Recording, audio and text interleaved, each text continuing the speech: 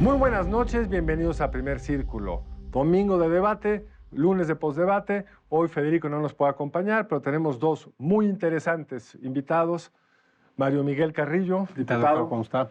Gracias por venir. Al contrario, gracias por la invitación. Y Fernando Galindo, quien fuera subsecretario de Hacienda. Entonces tenemos ahí una muy buena visión sobre uno de los temas que trataremos hoy. Primer punto, seguridad. Y quiero arrancar con una gráfica que Claudia Sheinbaum pasó muy rápido. Me parece que resume la visión de Morena. Es una gráfica que hemos visto en los mañaneras del presidente, donde se ve la curva de crecimiento del homicidio si no hubiera llegado AMLO, o sea, proyectan como si no hubiera llegado AMLO, no hubiera pasado nada, y cómo ha medio caído la curva porque llegó AMLO. Les falta una curva, lo que había prometido AMLO. Entonces, quiero que platiquemos un poco respecto a esta curva. Digamos, los gobiernos heredan problemas, sino qué chiste tiene. Ese es el problema que heredó, y ese yo creo que el tema central del debate, aunque un poco frustrante para el público, era un segmento de los cuatro, ¿no?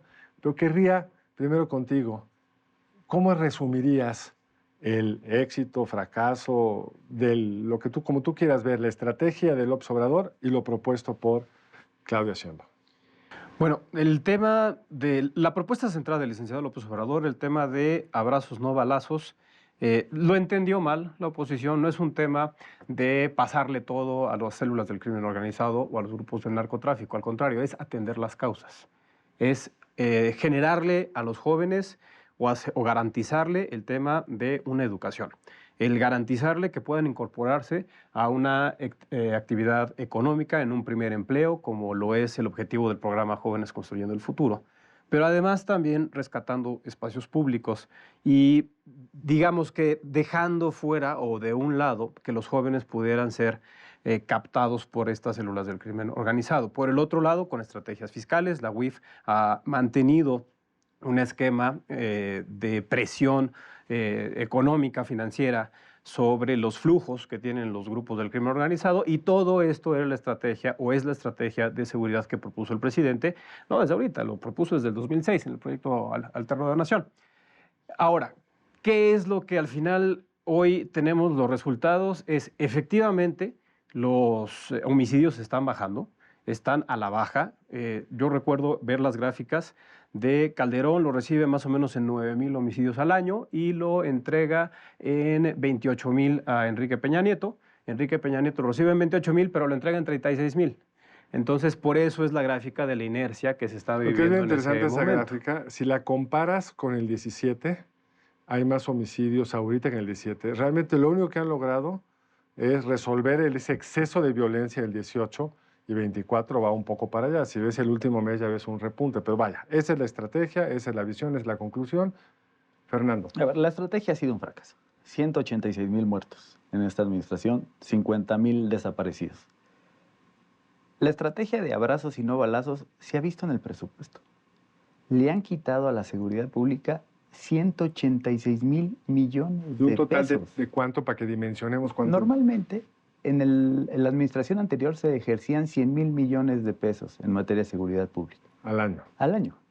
El año pasado ejercieron 50,000, la mitad. Si uno compara cada año contra el 2018, la Secretaría de Seguridad Pública ha dejado de ejercer 180,000 millones de pesos. Esa es la estrategia. Pero no de es lana abrazos. que esté en la Guardia Nacional y se contabiliza por Sedena. No, ahí está, está acumulado. No, pues, hay que revisar las cuentas públicas. Entonces, el gobierno federal dejó de combatir el crimen, dejó de apoyar a las policías estatales y municipales. Ahí está la estrategia de abrazos y no balazos, y por eso no ha disminuido la delincuencia organizada en el país. Y nos dices, estamos atendiendo las causas. 1.7 millones de jóvenes y niños dejaron la escuela. 50 millones de personas no tienen acceso a la salud. Los pobres, más pobres de este país, perdieron la seguridad social. No están atendiendo las causas. Se están creando la mitad de empleos de lo que se creaba en la administración anterior. A la gente no le alcanza. La inflación está fuera de control. La canasta básica está creciendo de manera significativa. Pero el salario real ha crecido. Ha crecido, pero se está yendo en pagar el gasto del bolsillo en materia de salud y se está yendo en pagar el incremento en la canasta básica. Mario. Presupuestariamente, el tema de la baja es si uno se enfoca en los fideicomisos que se manejaban antes discrecionalmente, sobre todo en los municipios, lo que tiene que ver con el Fondo de Aportaciones de la Seguridad Pública o el FISEG o el Fortamun, que no tenían reglas de operación claras y ahora se está ejerciendo a través de la Guardia Nacional. Y tan exitoso es la Guardia Nacional que hay estados, específicamente como Guanajuato, que imploran que no se salga la Guardia Nacional y que puedan coadyuvar con las policías municipales y estatales. En el tema de la canasta básica, y está relacionada al tema de la inflación, México ha sido de los mejores países que ha manejado la inflación de los países de la OCDE. Estamos de la tabla de medio para abajo. Venimos de una pandemia, venimos de un conflicto bélico de Ucrania contra Rusia. La verdad es que en materia de política económica, el presidente Andrés Manuel López Obrador lo ha hecho muy bien a través de su secretario Rogelio Ramírez de la O. A ver, pero hoy veamos, el poder adquisitivo no se ha perdido. Tenemos un salario mínimo en 249. Hay un Alcanza dato- para 1.7 canastas básicas. hay un dato muy contra impresionante 0.8. que es la masa salarial como porcentaje del PIB ha subido 5 puntos más o menos. Ahí yo sí veo un éxito. No veo un éxito en crecimiento, porque el crecimiento agregado de la economía promedio al año, este sexenio, suponiendo que cierre muy bien el año, va a ser como 1%. El de Estados Unidos va a estar fue- abajo del 1%. Estoy siendo optimista. Y el de Estados Unidos fue en ese mismo periodo 2.2, que es una tragedia. Que A los ver, Estados este Unidos gobierno crezcan está más que compitiendo nosotros. por ser el sexenio del peor crecimiento de la historia desde 1934. Va a estar cercano al 0.6 o al 0.4%. Solamente va a estar por arriba del sexenio Miguel de la Madrid. Pero está compitiendo por ser el peor crecimiento de Y la esto de historia la masa salarial, ¿cómo 1934. lo entiendes? Porque eso sí creo que es un éxito Tiene del que ver con un presidente. crecimiento, sí, del salario mínimo. Tiene que ver con un crecimiento del salario mínimo. Pero no estamos creciendo el nivel de empleo conforme se requería en la economía del país. Esta administración va a crear alrededor de 1.9 millones de empleos Formal. formales. En la administración anterior se crearon 4 millones de empleos. Pero yo creo que aquí es importante regresar al tema de seguridad pública, porque sí se confunde a la gente con el tema de los fideicomisos y los fondos. A ver, los fondos del Fortamun que van a seguridad pública, esos no se tocaron. Ese es un fondo de la Ley de Coordinación Fiscal que no tuvo ninguna modificación. Yo estoy hablando del presupuesto federal en materia de seguridad Pero sí pública. está contabilizado. Está contabilizado porque Sedena, todo. hoy, esta confusión de que Sedena tendría que Está- haber transferido todo. pues no Está la transferió. contabilizado absolutamente todo. 186,000 millones de pesos menos en esta En administración estos 6 años. para combatir la seguridad pública. Dentro de ese presupuesto en materia de seguridad pública había un fondo especializado para apoyar las policías estatales y municipales.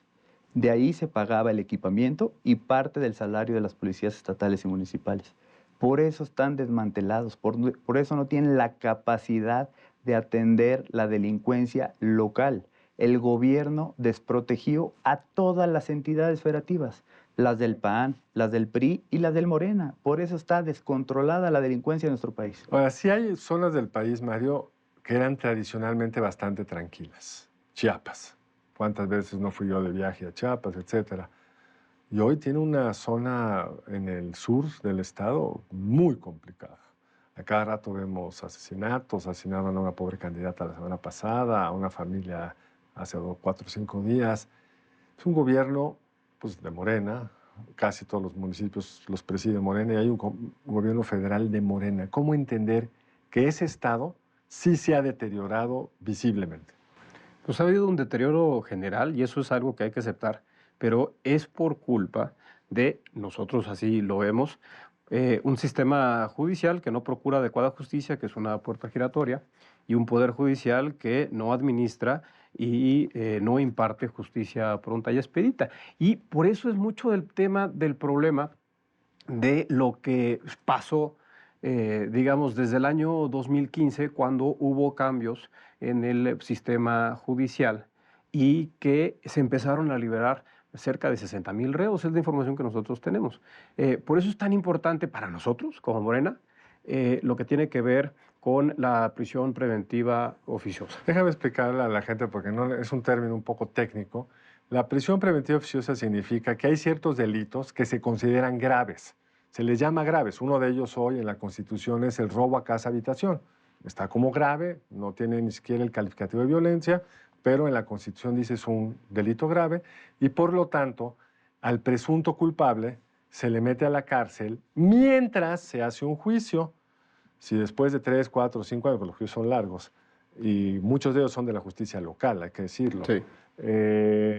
pues resulta que es inocente, pues ya pasó 5 años o más en la cárcel. A mí me parece contrario a todo principio de derecho civilizado. Si la forma de contener el crimen es casi como la de Bukele, mete gente y ahí vemos luego qué pasa.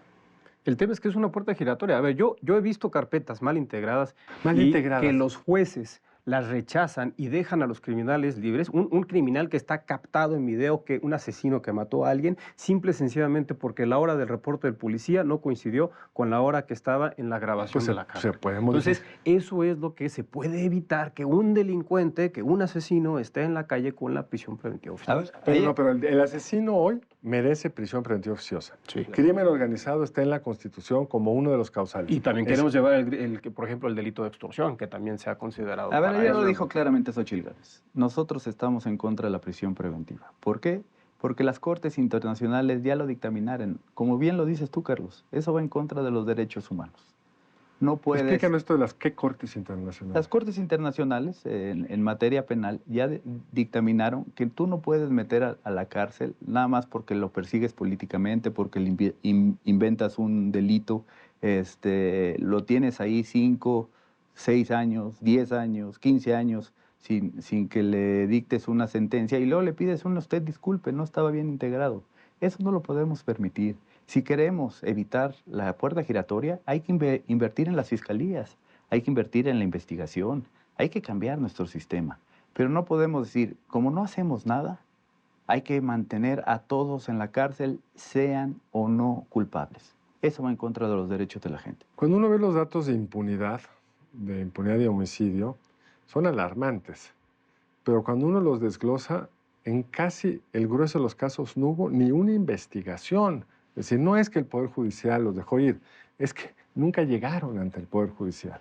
Creo que ¿no crees que esa es la pieza que nos falta a las fiscalías? Sí, claro, por supuesto. Sobre Y es todo las justamente, locales, porque y es casi todo justamente es lo que crimen nosotros local. estamos proponiéndole a la oposición en una reforma del Poder Judicial integral, totalmente, pero desde la Procuración de Justicia, desde las fiscalías, de las fiscalías locales estatales. Pero a ver, el principio Es de importantísimo. elegir jueces, magistrados y ministros también violenta toda la lógica de un sistema judicial que debería de ser neutro, no de la mayoría, para que pueda proteger los derechos de las minorías.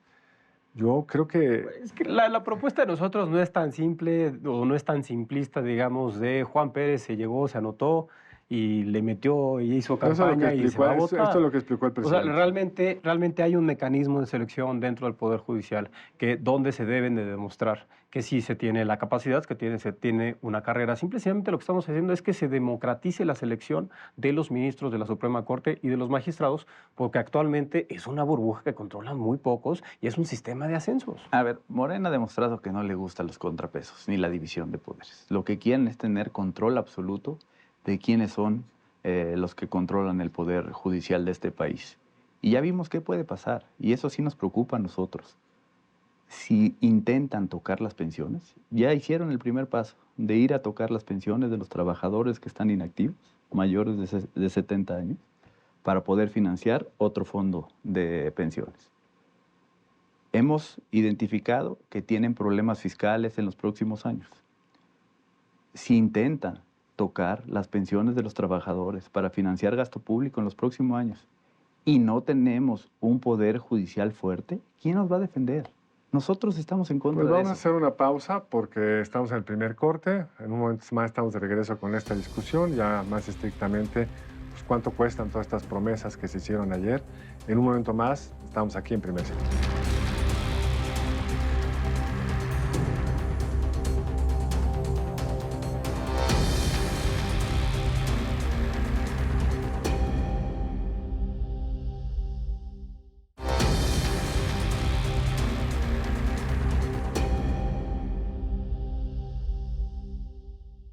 De regreso en Primer Círculo con Mario Miguel Carrillo, con Fernando Galindo, y vamos a entrar ahora un poco a la discusión de cómo se va a pagar tanta promesa.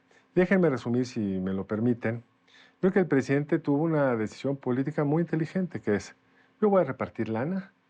Si en el camino ya no hay salud, no hay guarderías, no hay todo eso, no importa, pues voy a repartir más lana. Y reparte unos 2 puntos adicionales del PIB. No es una cantidad No es cualquier menor. cosa. Y además bien interesante porque, aunque está distribuido por los chalecos morados, que es totalmente violatorio a la ley electoral, casi todos son programas no condicionados. Es decir, yo cuando cumpla mis 65 años me van a tener que pagar también esa pensión. Le ha dado una enorme popularidad a costa de, pues, descuidar la operación del Estado. Y la oposición, yo creo que entendió, pues vamos a entrarle a esa competencia. Si tú dices 65, yo digo 64, pero además yo sí te voy a dar ese Estado que resuelve cosas con mecanismos público-privados, etcétera. Y la respuesta de la candidata Sheinbaum fue, pues el Estado ahora sí lo va a resolver, ahora sí te va a dar medicinas, ya tenemos este programa, te va a dar vivienda, 1 millón de viviendas construidas por el Infonavit. Entonces, primero hay 2 visiones muy distintas, quién lo va a hacer y cómo, y segunda, pues eso hay que pagarlo. Fernando, ¿cómo van a pagar ustedes su oferta? Mira, en primer lugar, en cambiar la relación entre Pemex y el Estado mexicano. Este gobierno ha tirado en petróleo mexicano casi 2 billones de pesos. Eso en dólares, porque luego ya 2 billones no saben ni qué es. Pues son 2 millones de millones, más o menos son 300,000 millones de dólares. 300,000 euros. Con tan solo el 30% de esos recursos, hubiéramos pagado los más de 25 programas sociales por 6 años que este gobierno eliminó, ¿Cómo cuáles? como las estancias infantiles, como las escuelas de tiempo completo, como los programas de aseguramiento al campo, como los programas para pagar la nómina y el equipamiento de las policías, como el programa de migrantes, como el programa Prospera, que también eliminó los recursos para el Fonden. Más de 25 programas que Morena sí eliminó. Ellos dicen que nosotros vamos a eliminar los programas. Los que realmente eliminaron programas fueron los de Morena. Entonces, como tú bien lo dices, concentraron recursos en ciertos programas a nombre de la austeridad, pero dejaron de otorgar servicios. Le redujeron más del 50% al programa carretero. Le quitaron los primeros 4 de este gobierno casi el 70%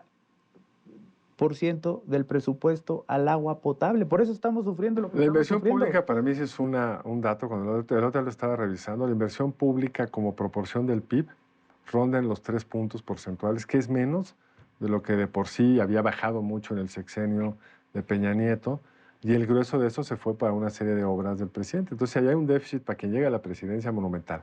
Pero Pemex, la candidata Sheinbaum dice que va a seguir con la misma estrategia. A mí me cuesta trabajo entenderla, porque entre más barriles se refinen, más pierde dinero Pemex, porque como tiene unas refinerías pues, mal administradas, pues le metes crudo, sacas un poco más de gasolina, pero mucho más de combustóleo, y el combustóleo pues, vale menos que el crudo, y ahí están los datos.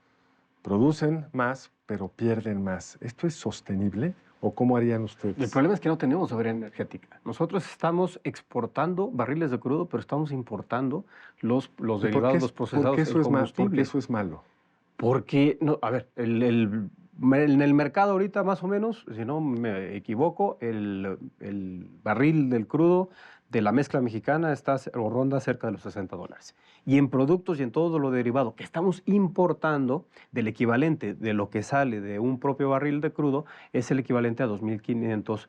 Pero no es Entonces, tanto, ahí pero- tenemos un no es tema, tanto, ahí pero- tenemos un tema deficitario. Pero el problema es Que precisamente lo que quiere o lo que fue la visión del presidente López Obrador, que viene de tierra tabasqueña, tierra petrolera, y que evidentemente también lo quiere continuar la doctora Claudia Sheinbaum, pues es que nosotros procesemos nuestro propio crudo, que tengamos nuestras propias gasolinas a través del rescate de las 6 refinerías que nos dejaron totalmente desmanteladas en los sexenios anteriores, pero también a través de la construcción de la nueva refinería de Dos Bocas en Paraíso, Tabasco, y la adquisición ya 100% de la refinería Pero lo que no de entiendo, Deer Park Mario, en pierden Texas. dinero entre más producen gasolina. O sea, si la gasolina de Pemex la vendiéramos a lo que le costó a Pemex, no he hecho el cálculo, puede ser el doble o el triple de lo que estamos vendiendo, que es mucha lana. A la ver, que están pierden. perdiendo 800,000 millones de pesos en refinación. La administración anterior no se perdía. Y a cambio de estar refinando y una soberanía energética que no entiendo mucho para qué sirve, no tenemos medicinas. Para no estar dependiendo de Estados Unidos. Los niños no tienen medicamento para el cáncer. No están atendiendo a la gente en los hospitales. La gente del campo no tiene apoyo. Yo prefiero tener esos programas que estar refinando y perdiendo dinero. La gasolina está más cara que en Texas. ¿De qué nos sirve? ¿De qué nos sirve? Fernando, porque actualmente no estamos refinando lo que tenemos que refinar. ¿Pero de qué nos sirve? Porque ¿Qué beneficio tenemos? fue inversión para recuperar la capacidad de refinación que nosotros teníamos. Pero Ese es el ¿Pero problema. qué beneficio estamos teniendo? Dejaron totalmente desmanteladas 6 refinerías. Hoy No perdían tenemos dinero, 8, nada más te digo que no hoy perdían tenemos dinero. 8, y la de Eso Deer no es Park, cierto. Sí y la- perdían, Sí, pero sí, menos. perdían mucho. Pero Y me las de enseñas la Deer- gráfica, y ahorita, no por perdían. ejemplo, la de Deer Park, que se le compró el otro 51% a Shell, hoy ya está en números negros. Hoy tiene utilidades. Esa siempre ha estado en y números eso, negros. La de- No, pero digo, Esa pero, siempre está en pero ya números negros. depende, La verdad es que- ahora sí es totalmente el Sí. ingreso de la utilidad para el Estado Si, mexicano. si ese fuera la estrategia. Y la idea es llevar las otras 7 a ese mismo Al rato esquema nos vamos de a lo que, dedicarle de lo que a pagar produce todas las lo que pérdidas a refina Deer Pemex. Park. Eso se va a dedicar el gobierno a pagarle las Pero, pérdidas a creo que Pemex. Bueno, está pero- muy claro, pero- su pero punto ¿en cuánto- está muy claro. Es, vamos rumbo a ello. En el camino ni modo, tuvimos que perder 800,000 millones de pesos. Eso es de pérdida operativa.